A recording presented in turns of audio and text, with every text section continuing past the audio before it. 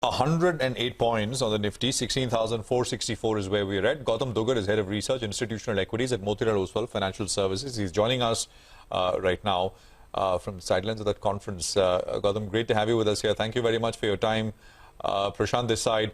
I mean, first thoughts in terms of some feedback from the conference. What are you hearing? Is it all gloom and doom, cautiousness, worried faces, or it's all okay? Hi Prashant, good afternoon. Thanks for having me. Yes, from the conference perspective, there are about 65 companies between 2 days. It's far better sentiment than what I would have imagined 2 days back, given the way the markets are behaving.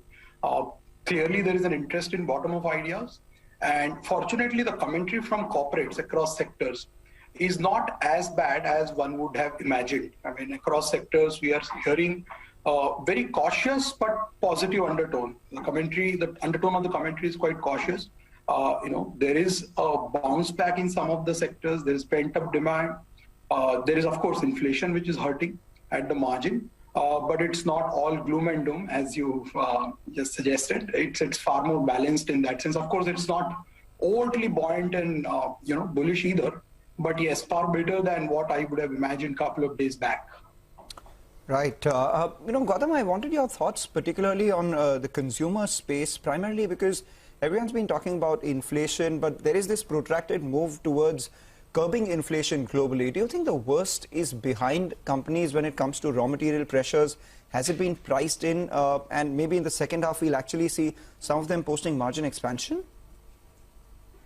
Hi, Mangalam. No, I don't think it's completely factored in yet as far as numbers are concerned, because the quarter that just went by, you saw only some impact of higher commodity prices across sectors, not just consumer, because a lot of companies did benefit from their low-cost inventory, which was lying from before February and March. So the real impact you will see in 1Q FY23 as far as commodity price inflation is concerned. From there onwards, it will depend on how the subsequent movement in commodity prices will be. We have seen some correction, moderation in a lot of commodity prices in the last 20-30 days. But I'm afraid I don't think it will get reflected immediately in June quarter. Secondly, across the board, most of the corporates are suggesting that they are not yet confident of passing on full impact of commodity prices to the consumers because demand is not yet very buoyant. We've seen very low mid to single digit or even lower than mid single digit volume growth in most of the consumer companies that have posted their numbers in 4Q FY22.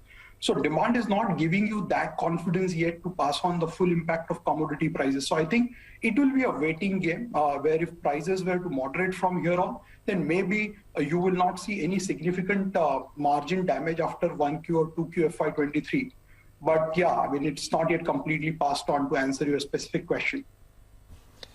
In terms of earnings impact, upside impact because of where oil is at and where refining margins, product cracks, etc. are for large entities like Reliance, and consequently what that may mean for, I mean, of course, if things remain and do not fall off for the full year and how that would feed into overall earnings estimates. Any thoughts, Gautam? How are you treating it? Are you treating this as a bit of a one-off?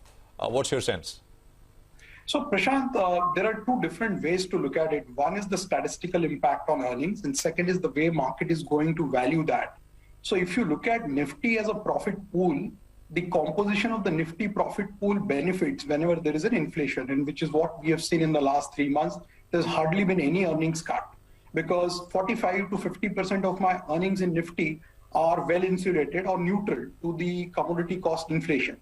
About 25% of my profit pool in Nifty actually benefits from higher commodity prices, which is metals and oil and gas. Of course, metals, we have about 25% of my profit pool in Nifty actually benefits from higher commodity prices, which is metals and oil and gas. Of course, metals, we have seen new developments in the last 2 weeks. And then there is just 1/3 of the profit pool actually in Nifty, which gets hurt from the higher commodity prices. So when you evaluate the impact of higher commodity prices on Nifty and non-Nifty broader market, the results are going to be very different. We have seen much higher number of earnings downgrade in our coverage universe, which is X of Nifty, right, which are domestic facing B2C companies where the pricing power is limited and the impact of input cost has been much higher. But as far as Nifty is concerned, our earnings estimates have been fairly stable because whatever damage we have seen in auto, consumer durables, staples, cement has got more than compensated by the earnings upgrade that we saw in oil and gas and metals. Now, the second part is how is the market going to look at it? Of course, the market is not going to give the same multiple that it accords to some of the stable B2C facing sectors. So we've not seen any re-rating, so to say, in oil and gas companies. You know, you've just seen the impact of profit inflation in their market cap inflation. You've not seen multiple change, even for metal companies, if you look at the last 2 years. Whatever market cap accretion you have seen in metal companies, by and large gets explained by the debt reduction that you have seen. So the way it impacts your statistical numbers and the way market values it, these are two different things actually. Right. There's an interesting data point that I was looking at, Gautam, and that's the difference between the earnings yield as well as the 10-year bond yield.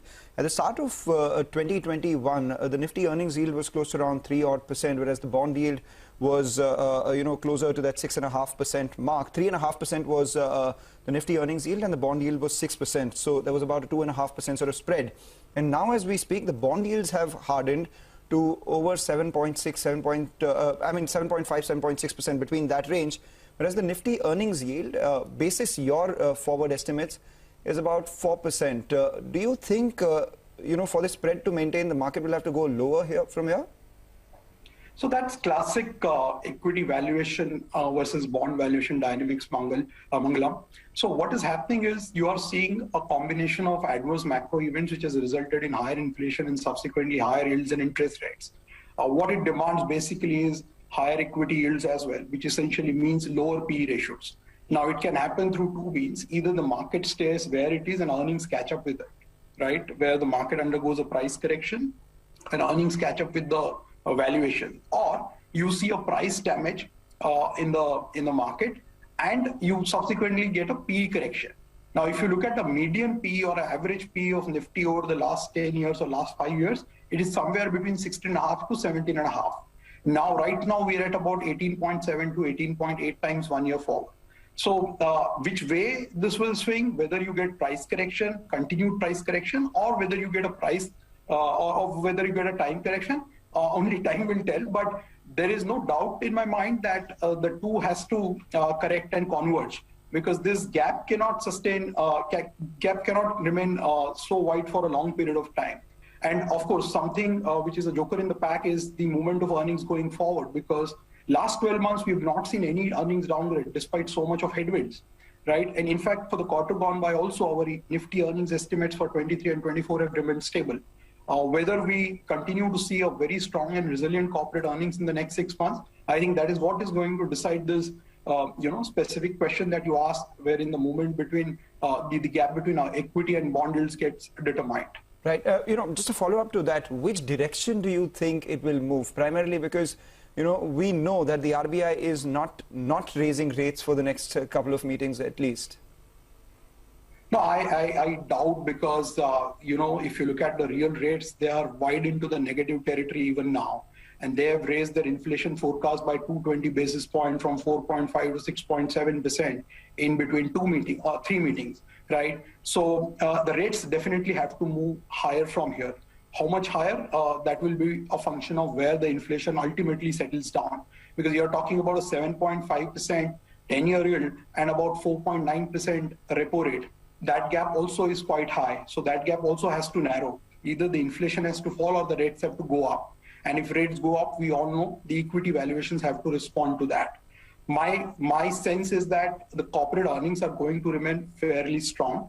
Instead of 18% growth that we are building in for FY23, maybe you get 12-13%, but you are not going back to those 7-8 years where we have seen just 4-5% earnings growth for 7 years on a trot. And then, of course, as we have seen today from the data, the AMC data which came out for the month of May, the domestic flows remain extremely strong. I think even for the month of May, the SIP book was about 12,000 crores. So I think there are a lot of counterbalancing forces which exist, corporate earnings and domestic flows, which has kept the markets very resilient, and which is where we are seeing India outperforming significantly YTD calendar year 2022 versus the EM markets. And that is partly a reflection of the flows as well as a very strong corporate earnings. And this is despite about $30 billion of FI outflows that you have seen in the last 6-7 months. Okay, Gautam, where are you in terms of earnings estimates for FY23 and 24? Are you already at 12% over 22? No, we are at 18%, Rashad. So Okay. we ended FY22 with a 35% EPS growth and a 40% absolute profit growth for Nifty. Our next year's estimate is 18% EPS growth, which actually works out to about 865 rupees of EPS. And FY24, while it is too far-fetched right now, given the kind of environment that we are in, but yeah, for whatever it is worth, the estimate is 1,000 rupees right now for FY24 Nifty. All right, and finally, before we let you go, Gautam, you'll have to give us a few nuggets from your stable. What are the top 3 picks that you have from Motilal Oswal? You mean mid-cap or overall? Across the board, a blank check question, top 3 picks. Yeah, so if I go by my model portfolio, which is where we reflect our conviction and our ideas, IT remains one of our preferred picks, especially large cap, notwithstanding the kind of noises that we are hearing on the global and a macro front. So Infosys is something which we find quite attractive now after the recent 25% correction. Banking remains the most attractive large cap space in my view. The earnings have been extremely strong for the last 3-4 years, and prices have gone nowhere. So valuations are extremely attractive there. And we are seeing a pickup in credit growth. We are seeing an improvement in further improvement in asset quality. So ICICI Bank and SBI, these are the other 2 names from the financials that we like. And lastly, Titan, which has been a house favorite for the last 7-8 years in terms of consumer discretionary spend, which is seeing a fair bit of a revival. So that continues. Okay, all right, Gautam, thank you very much. Appreciate you joining in with some of that perspective. Thanks indeed at this point in time. So that's Gautam Duggad of Motilal Oswal saying, well, they're at 865 for FY23, which means that, they're